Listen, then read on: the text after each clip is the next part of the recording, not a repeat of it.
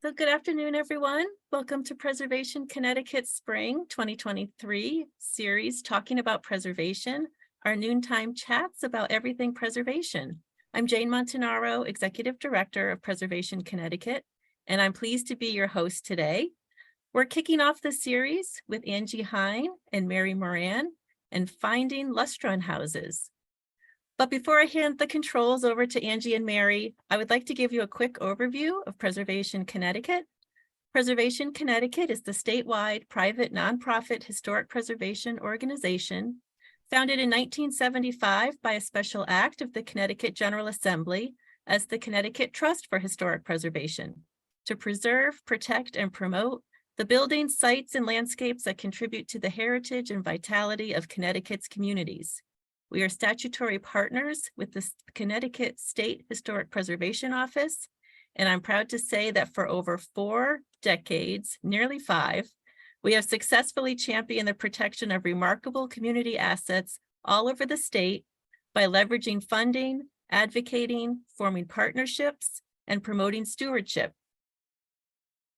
Our office is on Whitney Avenue in Hamden. It's listed on the National Register of Historic Places. Shown here, it's the Eli Whitney boarding house, built in 1827, housed workers for Eli Whitney's factory, and it served as Preservation Connecticut's headquarters since 1989. We have a staff of 9 preservation professionals and a board of 21 preservationists from around the state. Staff listed here are always available to assist with inquiries. Christopher Wiegren is our Deputy Director. Contact Chris for information on historic preservation easements, our bi-monthly magazine, Connecticut Preservation News, our Olmsted in Connecticut Landscape Survey Project, and to arrange book talks for his book, Connecticut Architecture, Stories of 100 Places. Renee Tribert, Making Places and Preservation Services Manager. Please contact Renee for information on redevelopment of historic industrial sites and tax credit applications. Jordan Sorensen is our Development and Special Projects Manager. Jordan manages all of our communications and outreach to members through social media and email, receives and monitors demolition notices from municipalities, and prepares historic tax credit applications and nominations to State and National Register of Historic Places. Kristen Hopewood, our Development Assistant, manages all of the inquiries that come through our websites, provides member services, arranges special events, and is the editor of our Historic Properties Exchange, a free listing of threatened historic properties. And finally, our team of circuit riders, Brad Scheid, Mike Farino, Stacy Vero, and Stefan Danchuk. They provide immediate boots on the ground service to homeowners, developers, municipal leaders, nonprofit organizations and museums, historic district commissions, and much more, with an array of preservation technical assistance, including community organizing, prioritizing maintenance and repairs, historic designations, funding, and archaeology. These chats have become an enjoyable and informative way to connect with our members and the public, and to hear what's on your mind. Please feel free to use the chat feature to ask questions and ask questions directly at the end of the presentation. Or of course, contact us afterwards for a call or a site visit. A quick sneak peek for next week, April 26th, we'll be interpreting energy at museums and historic sites with Dr. Leah Glazer, Central Connecticut State University. Join us then as Leah will discuss her latest publication, which focuses on how stewards of historic sites and collections can engage the public to raise awareness about the cultural and socioeconomic reasons for past choices that have contributed to climate change. But now we are excited to talk about Lustron Houses, and I'm pleased to turn the controls over to Mary Moran and Angie Klein. So I'm going to take mine. Yeah, Angie Hein. So I'm going to take mine, stop sharing here. And Mary, you can go ahead and screen share.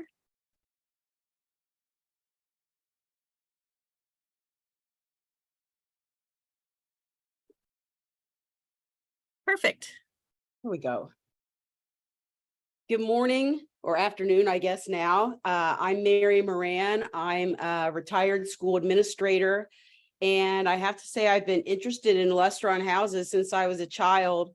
I grew up in Middletown, Ohio, which is a town of about 50,000 that sits halfway between Cincinnati and Dayton, hence Middletown. There were a number of Lustron houses in our town growing up, and I always thought that they were just the prettiest little houses. And I did do some research on my hometown of Middletown. One listing said that there were 11 houses in Middletown. I've been able to verify the locations of 10 and that 9 are still standing and in very good condition. And so I've now turned my attention to help Angie to find some of the houses here in Connecticut. They're a little more rare. And I think we've done a good job of finding a lot of them, but maybe not all. Angie? Thank you, Mary. I'm Angie Hein. I've been interested in American history, historic preservation, and architecture since my grade school days. My older sister recently reminded me again about how when we were growing up, she had to go along when our parents took me to historic places I wanted to see in our native Wisconsin. Obviously not as enthusiastic about the subject as I was. But since then, I've read a lot and I've known about Lustron houses for about 20 years. In the fall of 2021, I took a graduate level history class, American Material Culture at Central Connecticut State University. I wrote about the Lustrons for my paper, and it prompted me to wonder, well, how many Lustrons were built in Connecticut and how many of them are still standing? Mary and I met through a Facebook Lustron forum. We discovered we were both researching Connecticut Lustrons and decided to join forces. There is much more to say about Lustron homes and their history than we could incorporate in our presentation. And we look forward to hearing questions at the end of our talk so we can add some more information to things that you might be interested in. We're going to start with the topic, what is a Lustron home? Because really, these are, as Mary said, pretty unusual here in Connecticut. So I think most of you may not have a lot of background. So Mary is going to start out by telling you more about these houses. Well, Lustrons are celebrating their 75th anniversary. And of course, here in Connecticut, there are some things that are much older than 75 years, but not quite as unusual as a Lustron house. Lustron homes were only built between April of 1948 and mid-1950, so it's a very tight window. And these houses are all metal, 100% metal, inside and out. They're erected on a steel frame on a concrete slab foundation. If you look at the photo, there are some things that if you see a Lustron in its original form, you'll know immediately that it's a Lustron. The pitch of the roof is a little low compared to most roof lines in Connecticut. The roof itself is made of enameled metal. And when it's laid onto the house, it kind of resembles a tile roof. The porch, at least the ones in Connecticut, most of the ones in Connecticut have this integrated porch. So you've got this little cutout porch, and the siding is enameled metal as well, enameled steel, and they are 2x2 panels. So it almost looks like a giant bathroom tile, like it's been tiled with giant ceramic bathroom tiles. There's usually, well, there's always a bay window in the living room, but the bay window isn't the bay window we're accustomed to. It just sort of juts out squarely. It's not a curved bay window. And when you see a Lustron with its original siding and its original roof, it's very clear that it's a Lustron house. And just to see a couple things close up, these are the 2x2 porcelain enamel steel panels. They came in gray, blue, yellow, or tan. And I think originally they came in a few more colors, but it was a little bit unwieldy to produce the houses in a lot of colors. So ultimately it was gray, blue, yellow, or tan. The blue houses came with white trim or with yellow trim. And I think the ones with yellow trim were a slightly bit darker. And here's a close-up of the roof panels. And from a distance, they definitely look like basically a clay tile roof. The windows, this is very, very unusual for the time. These are aluminum windows. If you think about the time frame that we're looking at, most windows were wood double hung windows. These are aluminum windows, so even the windows are metal.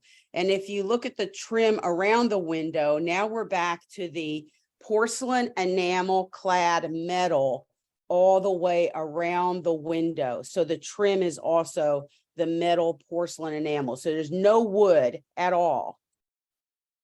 And then just sort of a little cosmetic feature, all of the houses featured this decorative trellis downspout. And this little guy is tricky to find. But when you find that downspout, you know you've got a lustron. In many of the photographs, they'll show a little vine growing up the trellis. These must not have held up too well because they are really, really difficult to find. There were three models. Well, there were multiple models. There were multiple models of Lustrons. Each of these models had a 2 or a 3 bedroom option. That should say 2 or 3 bedroom option. They all had 1 bath. The most popular was the Westchester Deluxe, which is the big visual seen here. The Westchester Deluxe was about 1,030 square feet of living space. And it was designed in such a way to really optimize the useful space. And what I think is kind of funny is that my mom would look at these houses and she would say, oh, I just couldn't live in a little tiny house like that. The Lustron house has about 200 square feet more than the house we lived in. So I'm not really sure why she thought it was such a tiny house, but maybe just because we had a basement and she could banish us all to the basement when she got tired of us. Now, a lot of the advertisements say this was the house America is waiting for. Angie's going to talk about why America was waiting for the Lustron home. Well, with the economic depression in the 1930s and then the deployment of men overseas and away from their homes during World War II, there was a long period when there weren't as many new family units being formed. So for several years, there wasn't much pressure to build new housing. But when all of those GIs came back home and the economy was humming after World War II, family formation quickly ballooned. So there was a huge need for new housing. The resources applied to winning the war were now being redirected at housing. And there was fierce competition for resources, prompted innovation and new ideas by those who wanted to fit that need. Some builders streamlined the process of building homes by applying the same techniques that had been established in the mass production of autos.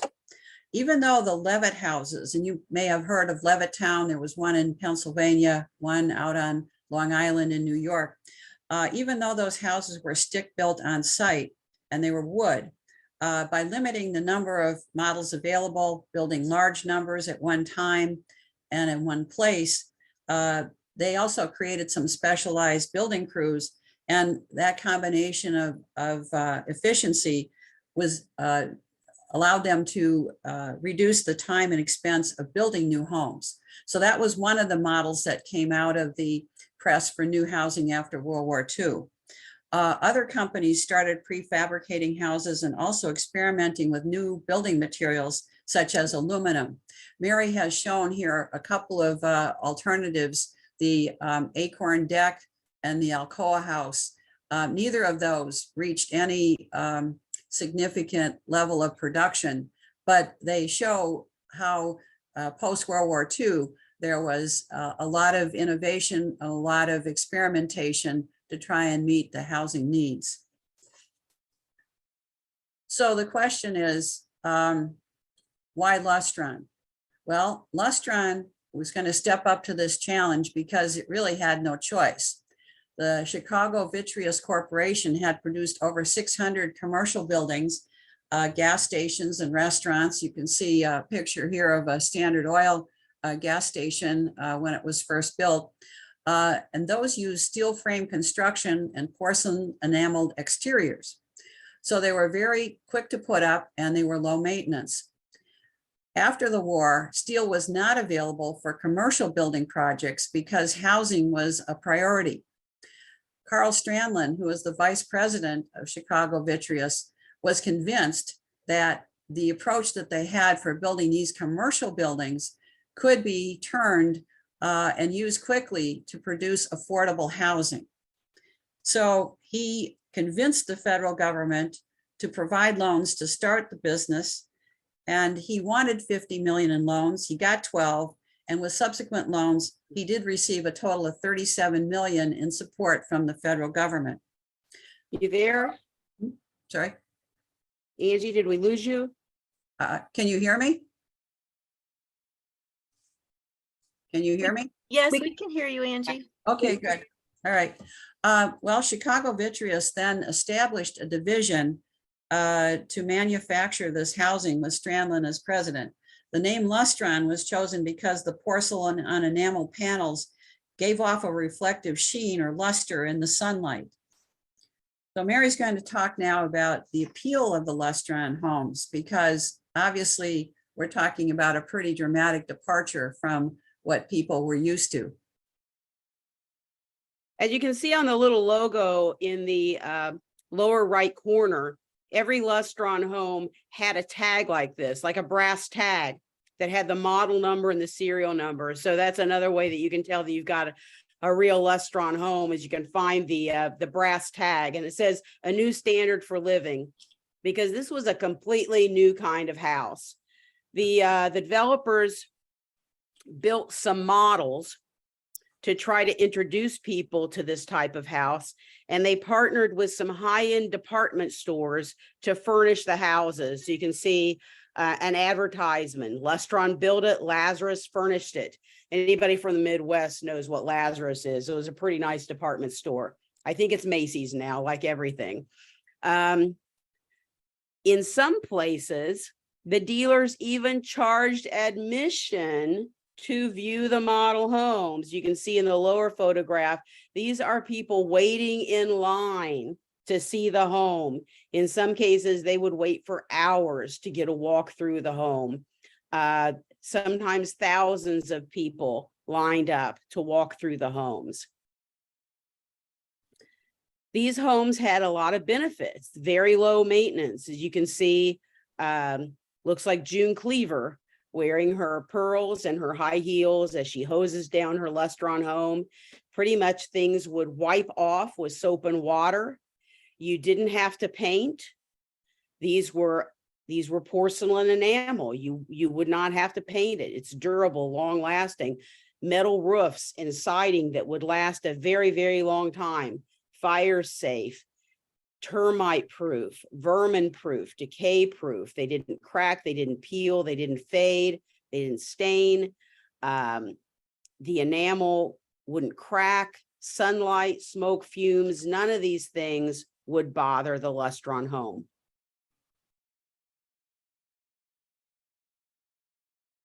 There was an optimal layout. This is one of the first open floor plan type of houses. The living room, dining room, and kitchen were all open. In the photographs, you can see from the dining room to the kitchen. And what isn't really obvious is that this built-in china cabinet has a pass-through. So if you're in the dining room, you can see directly into the kitchen. And if you're in the dining room, you can also see directly into the living room, which has built-in shelving. So these photos can show you some of the built-ins. The living room had a large built-in shelving unit that could be used in a number of different ways. And the kitchen had this built-in china cabinet, which also contained a preparation countertop on the opposite side, and, storage for your kitchen supplies. There are a lot of pocket and sliding doors. In fact, with the exception of the front door and the back door of the house, the doors were all pocket and sliding doors, which meant that you didn't have to have any extra room for doors to open and close. There was an ample utility room for your furnace, hot water heater, other appliances, storage. This room was big enough. In the advertisements, they always showed someone with the ironing board out doing ironing, but it was a roomy space. If you had someone who was a crafter or something like that, you could easily set a card table up in this room to do other kinds of things. Here's some examples of the ample storage, floor to ceiling.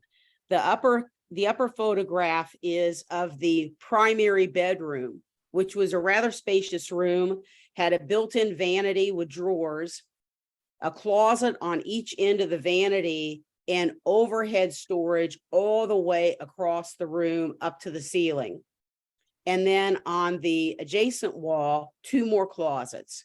And because none of these closet doors opened, they were all sliding, you didn't have to worry about how close the bed was to the closet. There was no reason to worry about opening the door.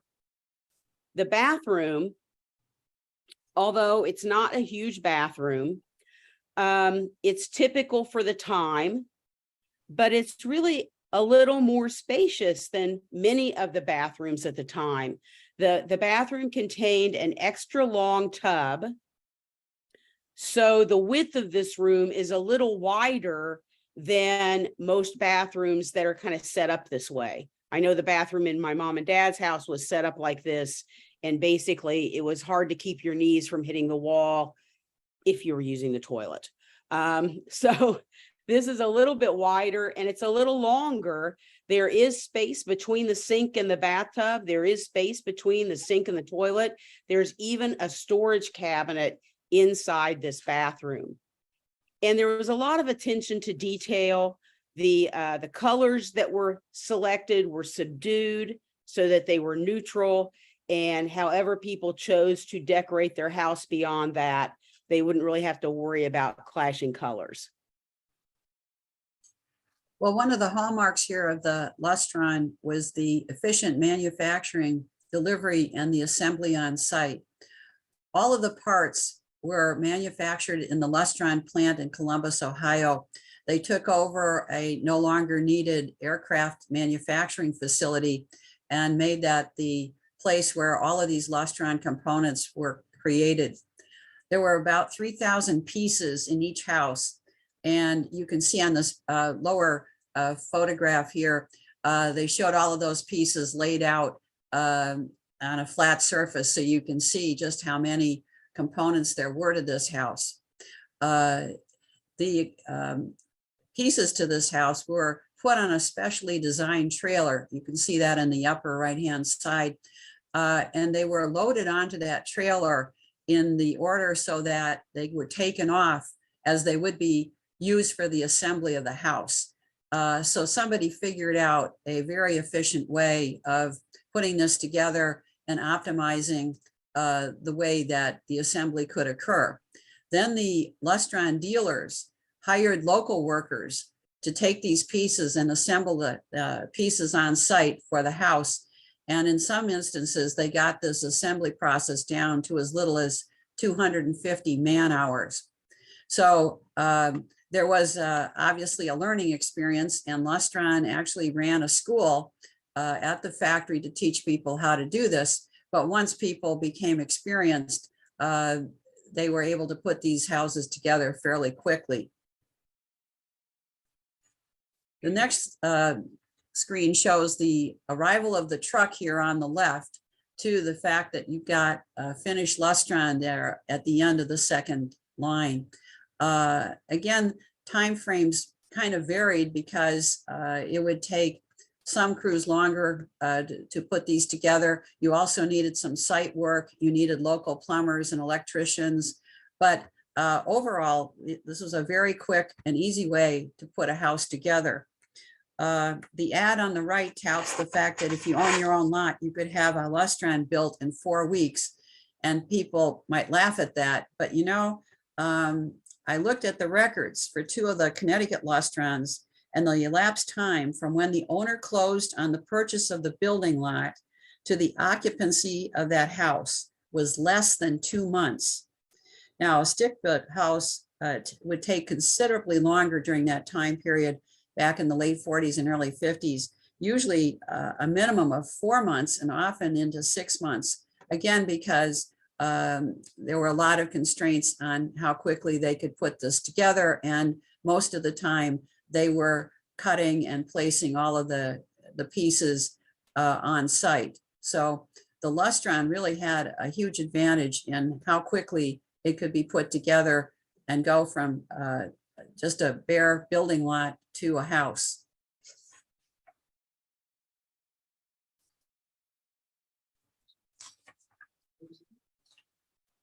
How many Lustrons are there? Well, the documentation that seems the most reliable says that there were 2,680 Lustrons built in total. The cost of transporting in this house kit weighed 12 tons. So the cost of transporting that 12-ton house effectively limited most of the construction to east of the Rocky Mountains.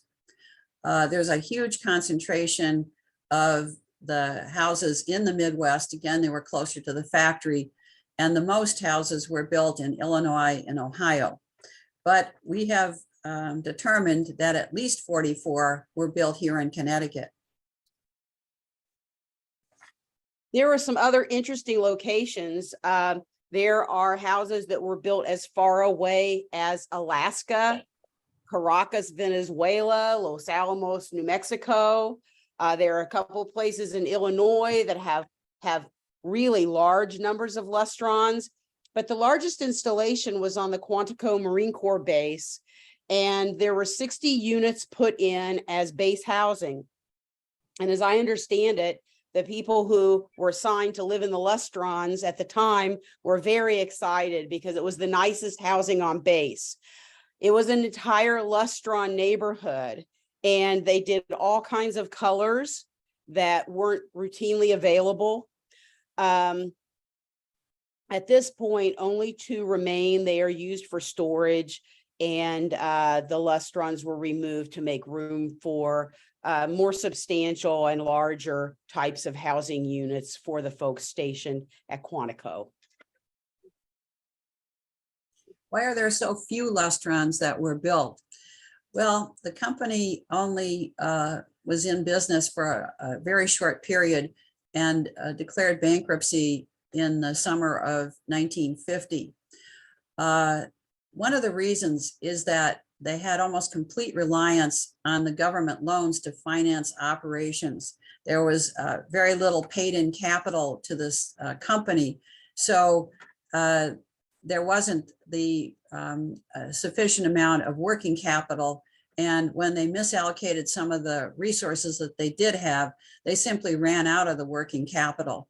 One particular example is that Carl Strandlin decided he, again, moved all of the manufacturing of all the components in-house. So he bought a huge press that was used to press out the bathtubs. And as Mary said, that these were bigger than usual bathtubs. They weren't the standard dimensions that were being used in other housing.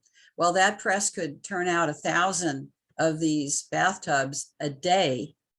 And at most, the Lustron manufacturing was using about 26 to 28 a day. So by virtue of the fact that they had an unusual spec, they couldn't simply take the excess production and sell it on the general building materials market. And it resulted in a lot of money being tied up in this press, but again, not being needed for more than a very small percentage of what the press could turn out. So they simply ran out of money is what happened. And because they weren't able to ramp up production quickly enough, the government started to question whether they should continue to make any further investments in this operation. And there were politics involved, of course, anytime you're dealing with the government and money. So in the end, they were forced out of business. Another reason, though, for the fact that this didn't work, this model didn't work particularly well, is that these exclusive dealerships that they appointed could not generate enough orders because the dealers had to pay for the homes in advance when they ordered them. And then they had to pay for the assembly of the house and the other finishing work. And only at the time of the closing of the house were they able to then recover all of that advance investment. Because there was no dealer financing in the Lustron model from Lustron itself or any other source, most of these dealers themselves didn't have enough capital to have a number of houses in progress at the same time, that they had to do this sequentially by waiting until a house was finished and they got paid for it before they started another one. So that pretty much limited how many houses were being ordered from the Lustron factory. And none of these dealers were able to generate a large massive order by having even a mini Levittown sized development. As Mary pointed out, the greatest concentration was at Quantico Marine Base, and it was because the government started ordering these houses, but the dealers that they had were not able to do that.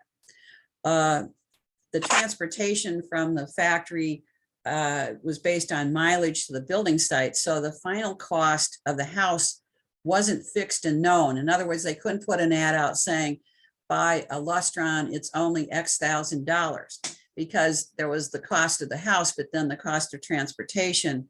There was also a significant variation in the dealer's expense for assembly and for the other costs, such as site preparation and so forth.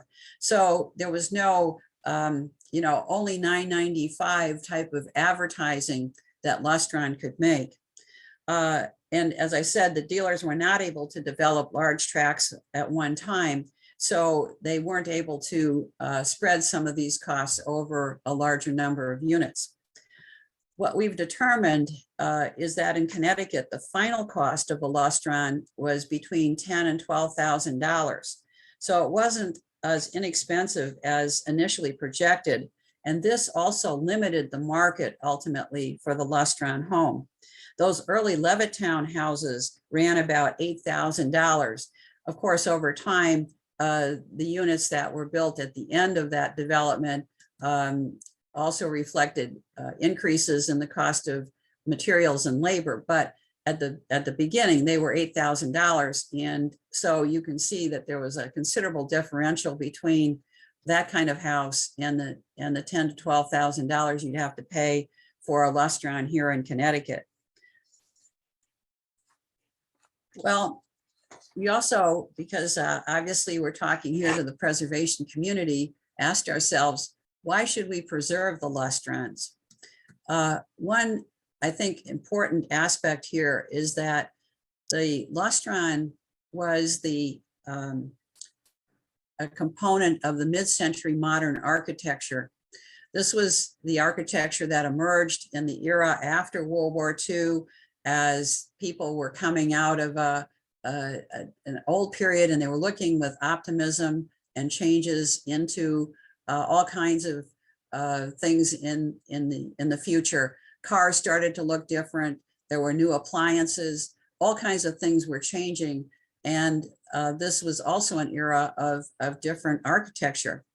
Most houses that were built before World War II were vertical, multi-story homes. They were constructed of wood and designed to resemble, let's say, a colonial period house, or they were variations of or incorporated elements of architecture from other periods, like Tudor, for example. The mid-century modern homes were a departure from all of this. They were horizontal, mostly one story, and they used new building materials and methods that really weren't common before the war. Things like concrete, cement block, flat roofs, window walls, vertical wood siding. They also had, as Mary pointed out in the Lustron, they also had open floor plans and a very different interior look, as well as a different size and shape and exterior. So the Lustron, with its clearly unique visual aesthetic, it's a one-story construction, and it used very non-traditional building materials for a home, was a mid-century modern house for the mass market. So that's one reason why Lustrons are unique and deserve attention in the preservation process. Another was that the Lustron was the first large-scale manufacturer of prefabricated homes in the US. Before the Lustron era, most houses were totally built on the building site.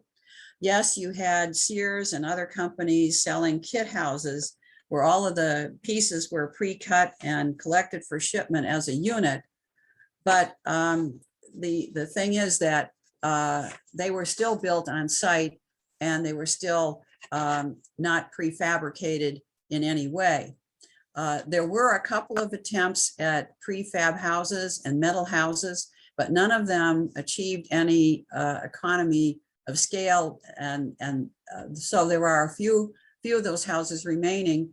If you look at Chris Wygren's book, you'll see pictures of two metal houses that were built on the grounds of what is now Connecticut College, and they are still standing. But again, nothing in terms of a large scale manufacturing for those homes. You also have to think of the Lustron here introducing a very durable, low maintenance construction to the mass housing market. Again, before the Lustron era, the houses were wood and they were subject to all of the things that were the opposite of what Mary just listed as the benefits of the Lustron. These wood houses were obviously wood, they could burn. You could have termite damage. You could have extensive wind damage. There's all kinds of things that happen to wood houses that the durable, low maintenance Lustron addressed very successfully. When Mary and I have done this research here in Connecticut, of the 28 still standing Lustrons, many still have their original roofs and their original siding, as you can see in the picture on the right-hand side. And until recently, the Lustron in the picture below was owned continuously by the same family. And you can see it too has the original roof and the original siding. So you can look at a 75-year time frame, and the Lustrons did prove that they were a durable, low maintenance approach to housing, something that had not occurred in the market before that era. And if you look at the Lustrons through today's environmental lens, you see a very different picture, because the roofs did not have to be replaced every 20 years, because the house did not have to be painted inside or out every 5 to 10 years over this time period. You have a situation where you're not exposing people to lead paint, for example. You have a situation where you're not trucking off masses of asphalt shingles to landfills. And so even just from the standpoint of how this affected our environment, the Lustron was way ahead of its time. Now, some Lustrons have been listed on the National Register of Historic Places, and some are on state registers as well. And then some local historical societies have done surveys of unique architecture in their locale. Sadly, though, none of the Connecticut Lustrons are listed on the national or the state register at this time.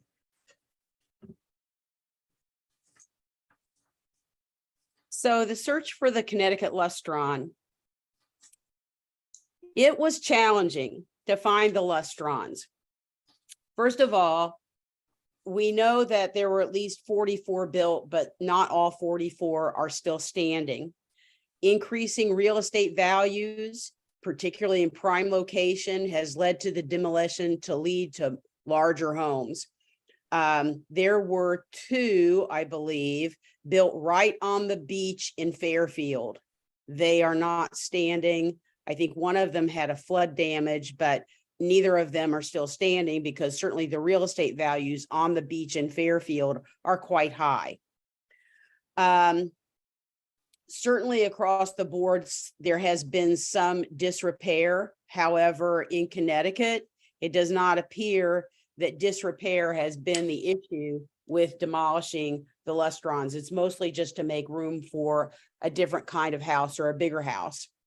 After remodeling, some of these houses are unrecognizable. And there are a lot of houses that were built in that area that are similar in size and similar in terms of number of rooms. And they might look a little like a Lustron, so you have to look very carefully.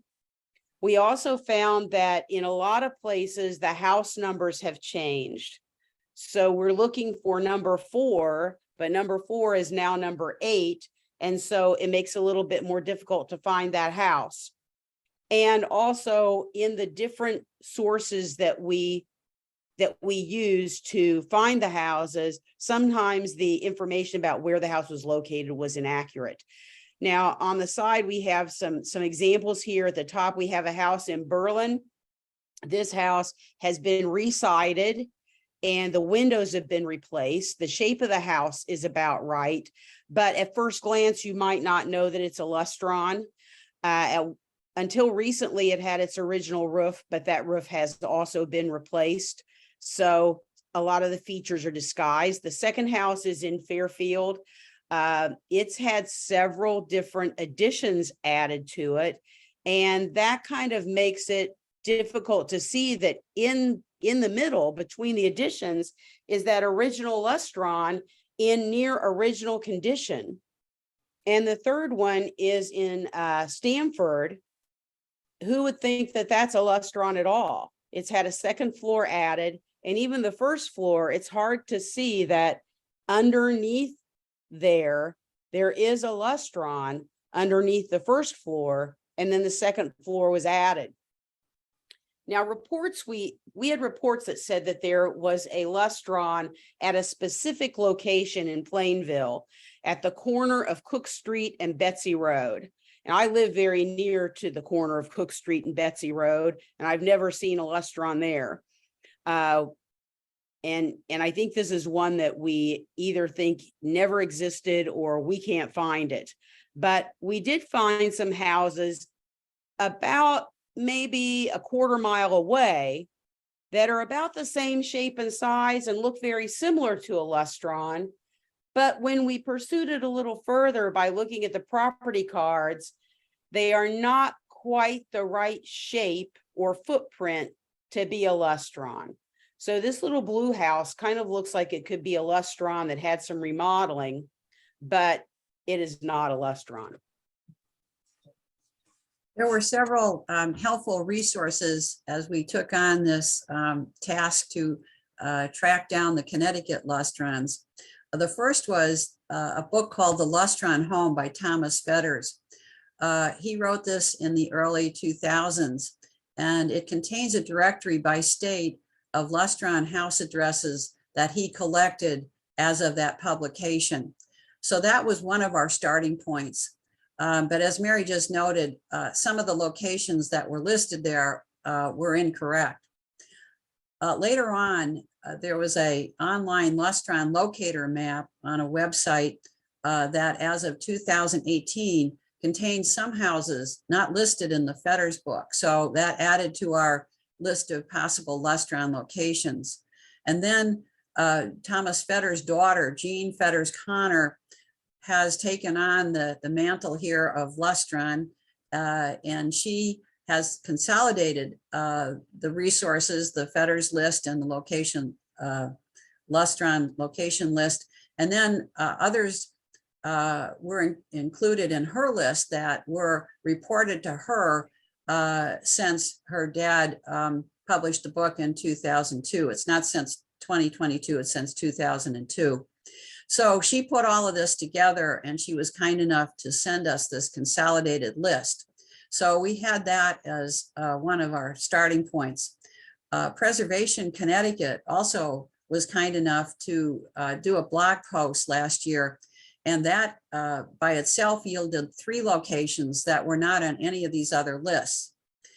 Mary and I found each other through looking at the Facebook Lustron Homes History and Preservation Forum website. And that yielded another, yet another Lustron that we didn't know about. And then there's just old-fashioned networking. I mentioned to a good friend who is also interested in American history and architecture and so forth. And she said to me, oh, well, there's 2 Lustrons in Rocky Hill where I live. And again, these were 2 that were not on anybody's list up to that point. So it's been an experience here of gathering all of these lists and all of these resources to try and find at least some starting point that we could use for tracking down those that still exist here in Connecticut. There are a number of other tools that we use to find the Lustrons. All the towns in Connecticut have online assessor databases, and you can look up addresses, you can look up streets, and you can find the property card. And sometimes the property card will yield enough information for you to determine if it's a Lustron house. At least it'll give you the dimensions of the house. Sometimes the property card that's online is a little deceiving in that these houses are all listed as ranch houses. There were millions and millions of ranch houses built in the late 40s and early 50s. So that's not real helpful. They are not usually listed as being steel frame buildings. They're usually listed as frame, but not steel frame. But at least you can get some information about the year that it was built. And you can find out if it has a basement, and you can get a diagram that has the basic dimensions, which are helpful. Now, sometimes the house that originally was built on the property has been demolished and a new house is built, or there have been extensive renovations to a property. So if you actually go to the assessor's office, they can sometimes show you the original, the older property cards that are handwritten, and you can get more information. Also helpful is Google Earth aerial view and Google Earth street view, because sometimes you can find these houses just by finding an appropriate neighborhood and looking around.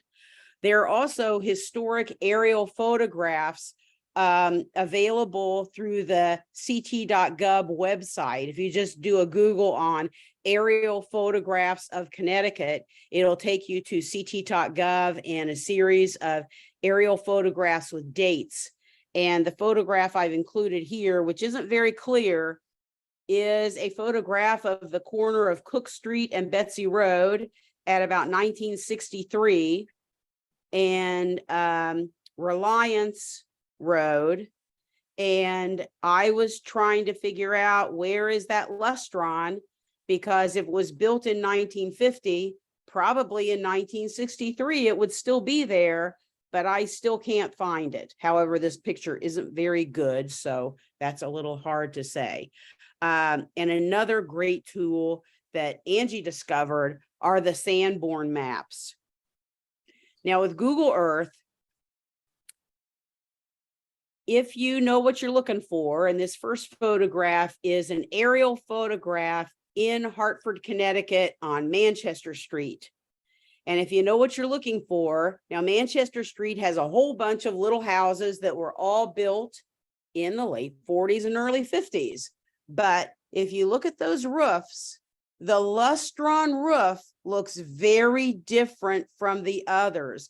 A shingle roof looks kind of smooth, but a Lustron roof has a very distinctive pattern to it. Then you can go down to the street view and actually look at this house, and you'll get, that'll usually confirm it.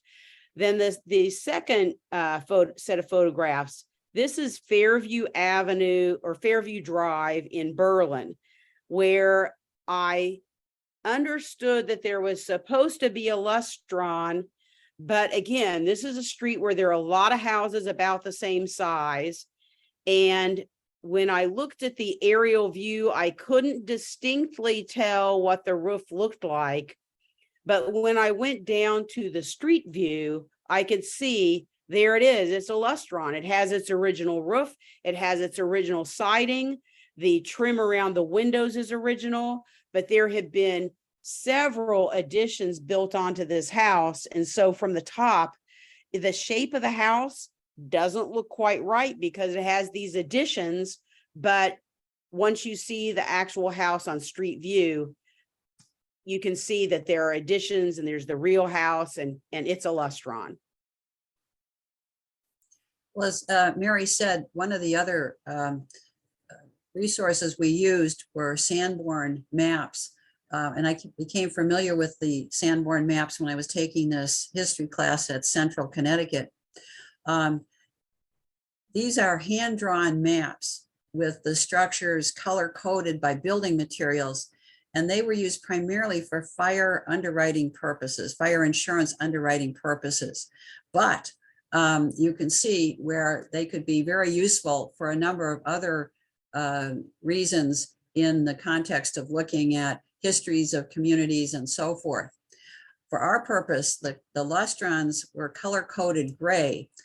Gray was the code for iron buildings, and they were also labeled a D and a 1 inside of the outline to indicate that that was a one-story dwelling. With the Lustrons, there's usually a little cutout to show the porch, the covered porch on the Lustron home. And you can see to the right here, Mary has been able to incorporate a section of Sanborn map of North Haven, Connecticut. And you can see fairly clearly, even if she hadn't circled these, that the two gray buildings stand out from the others that are generally yellow. Some are blue, some are yellow with pink outlines. There was quite a number of different color codings, but the gray was definitely what you'd find as color coding for a Lustron. So these maps were extremely helpful to us. Mary and I went through these Lustron maps in the New Haven Museum page by page. And as I say, they were hand-drawn and they were very large and very fragile. So it took us a while to look at each page of these maps. But when we did, we found 3 Lustrons in North Haven that weren't on any list before. Now, this wasn't quite foolproof though, because one of the iron buildings that we found was not a Lustron. It turned out to be a Quonset hut built in 1925. But at least we had locations and street names, and generally we had street numbers. So we could go back to the other resources that Mary identified in the town records, the town assessor records, and look and see if these were built as Lustrons. If they have been demolished, we could try and get the original property cards to show what that history of that particular location was. Unfortunately, though, the maps were not in such a situation that we could use them in all cases. First of all, the Sanborn maps were not drawn for all towns, and not all areas in a town were mapped. So there were many towns here in Connecticut that do not have any Sanborn maps. And as Mary and I were trying to find this elusive Lustron in Plainville, we found that the maps of that town had not been updated past the early 1940s. And that gets me to the second point. Only those created or updated in 1950 or later are helpful, because they would be the only ones that would show the construction of the Lustron houses in 1948 through 1950. Some of the resources that we found only have black and white Sanborn maps, but you really need the color maps so you can see the gray color-coded houses very clearly on those maps. But nonetheless, they were very useful in both confirming the existence of Lustrons and also in showing us where there were Lustrons that had not been previously identified. So this brings us to the elusive Beacon Falls Lustron. Gene Fetters Connor had listed a Lustron in Beacon Falls, and there are also a couple of articles about Connecticut that mention a Lustron in Beacon Falls. And so I just became determined to find this Lustron in Beacon Falls. It's not that big a town. It's got to be there. Angie spoke to someone from Beacon Falls who identified a couple of neighborhoods that had houses that were about the right age. So I started looking on Google Earth to see what I could find. And I really couldn't find anything that was the right shape or size. It just didn't make sense. I couldn't find it. So I decided to look at the property cards online. Now it's a small town. And so I was able to kind of focus in. I skipped any property cards for commercial property, government property, apartment buildings, condos. And there's a photograph on every property card. So I was able to just click through on my computer, photograph, photograph, photograph, until I found this house. Now, it didn't look quite right, but some aspects of it just haunted me because the slope of the roof was correct. It had a porch, although even the porch doesn't look quite right to me.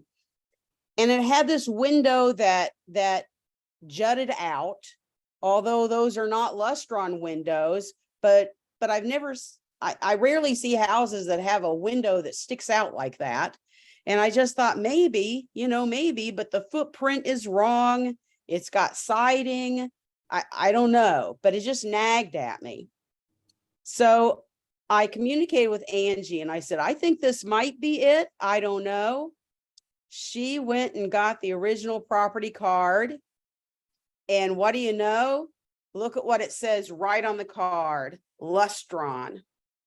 It is the Lustron. It's had an addition built onto it. It's had extensive remodeling, but there it is.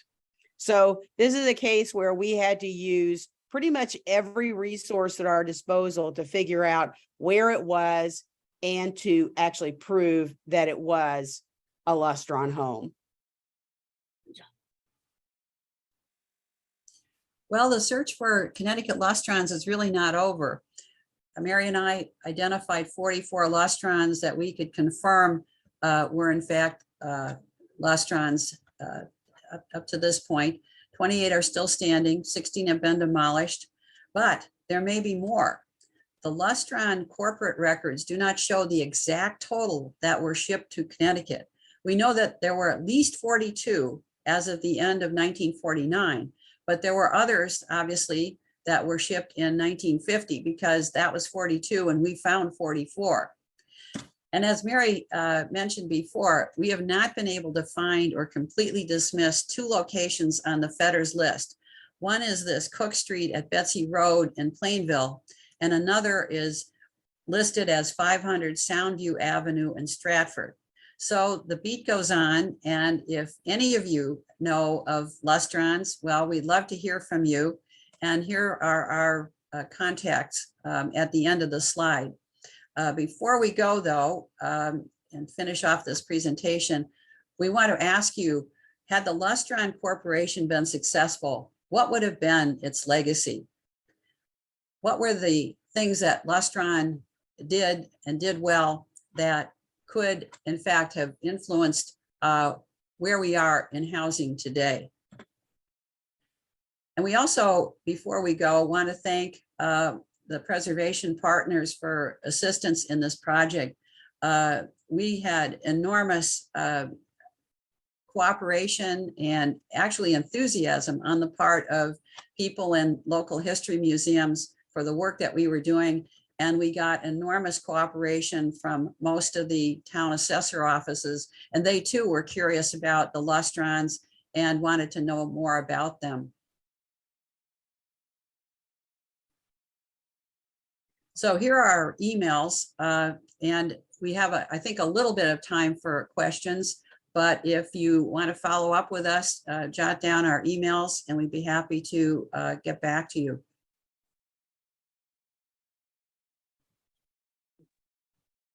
Thank you so much, Angie and Mary. Yeah, Mary, if you'd like to take your screen down, we can see everybody. Folks, if you want to turn your cameras on, if you have a question you want to ask or a comment, welcome you to engage in the conversation. That was a great presentation. I think you answered a lot of the questions that were submitted ahead of time. And thank you to Jenny at the Connecticut State Library. You dropped a lot of good resource links in the chat. Well, Jane, you know, there were some questions that you had identified, people had asked in advance. One was learning more about the Lustrons. And we had mentioned that one of our sources was the book by Thomas Fetters, The Lustron House. This book is still available. You can still buy it on Amazon. So it's a great starting point for people who want to get some sense of the history of the Lustron houses. I think that's probably the best resource. It's the most thorough resource. And honestly, when I read it, I appreciated a lot about US history that I hadn't appreciated before, because I'd never really thought about, you know, what was life really like at that point in time, that the government was holding on to all the resources because of World War II. You know, I'm sure my parents would have known, you know, what it was like to have lived in times when they couldn't access steel and other raw materials because of the war. But I think I knew it, but I never appreciated that there would be these struggles that companies were trying to get back in business and get back to profitability. And they had to really fight to get the resources so that they could get back in business. And there was a question earlier about, is this just a US kind of thing, or other places in the world? If you look at that point in time, there is a lot of this same type of stuff that went on in Europe at this same time. And not only did they have returning soldiers from the war, but Europe was devastated during World War II, and they had to get housing very, very fast. And you can find a lot of photographs online of the types of houses that were put up in England, and similar in the way they were built, but not much more rudimentary and much more you would see like an area that has 50 tiny little boxy houses side by side, put together very quickly so that the folks in England would have places to live after the war. Right. Thank you, Mary. Marcia, you had a question about cabinets? Yes. I just remember not only my mother's house, but another house that's very near to me in West Hartford before I bought the house I'm in now. And I remember seeing the cabinets that had, I swear that would be the tag. So I'm wondering if the cabinets were made with the Lustron name on them, or if it was that Lazarus or whatever. Because I think there might be a house in West Hartford it's the right shape, and it might be. The cabinets were manufactured in the factory. So everything, with the exception of furniture, everything was manufactured in the factory. And some of the cabinetry was pre-assembled at the factory, but they were metal. So Yeah. all the cabinets were metal. Yeah, these were all metal, and the house that I am talking about in West Hartford, yes, it's been changed a little in the last 25 years, but I feel like it's the right shape. So I'm gonna go look at it on my way home tonight too. And report back. Yes. What street is it on? Okay, I think it's West. I can look it up right now. I live on Dogwood, and it's like two streets over. I can't think of the name of it right now. Okay, I'll take a look. Yeah, I'll yeah. take a look at the neighborhood and see what I can find. I can probably get it right now. I'll just do, but continue with others and I'll mute myself. Thanks, I Marcia. will say a lot of houses in that era had metal cabinets. My mom and dad's house had these horrible white metal kitchen cabinets when they bought the house that they later replaced with some kind of less horrible pine, knotty pine cabinets.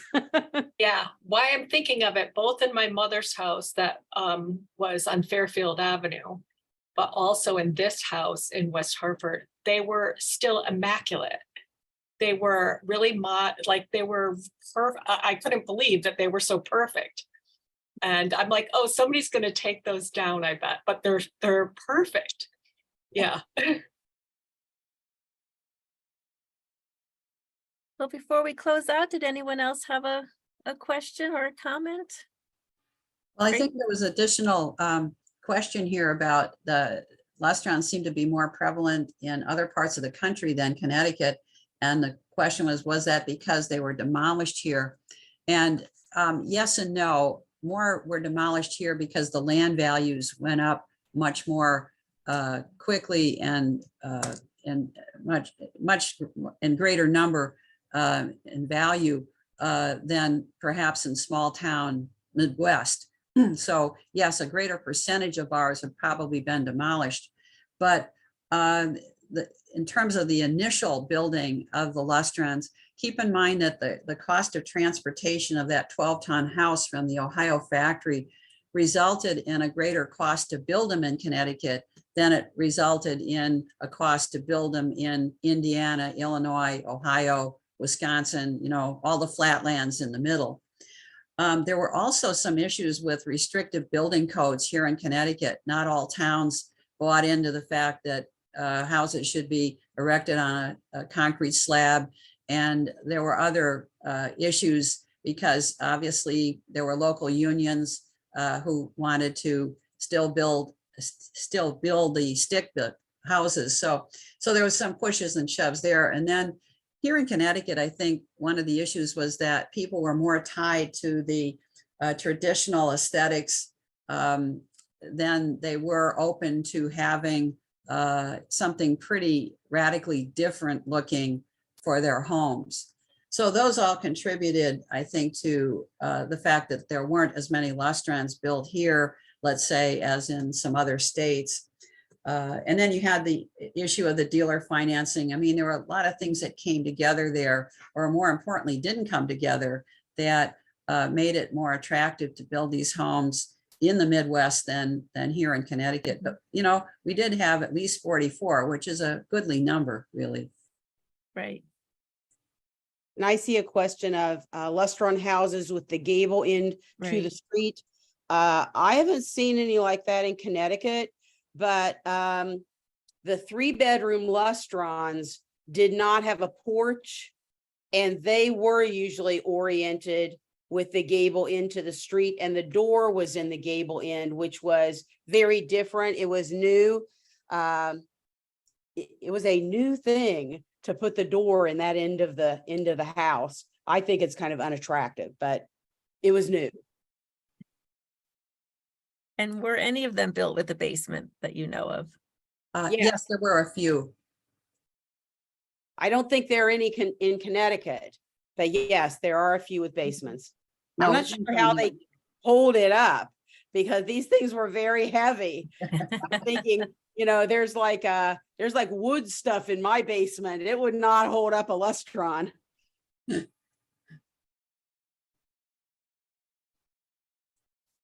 Well, this has been really fascinating and great detail. Thank you for taking us through your whole journey and really sharing all of your discoveries and sharing your joy of, researching this building type. We've enjoyed your presentation and chatting with you. Thank you so much, Mary and Angie and everyone, for joining us today. Oh, you're so welcome. And please feel free to contact us if you think there's a Lustron and you think that we can solve the mystery. I kind of get obsessed when there's like a question mark Like, is this? And I get obsessed with it. Got to find out. We will Well- definitely be in touch. One thing, Jane, just to add here very quickly, that Preservation Connecticut eventually will be posting the list of the 44 locations that Mary and I have found on their website. That's in progress. Yes. And I'm glad that our blog post yielded 3 good leads. So thank you all very much. Have a great day, everyone.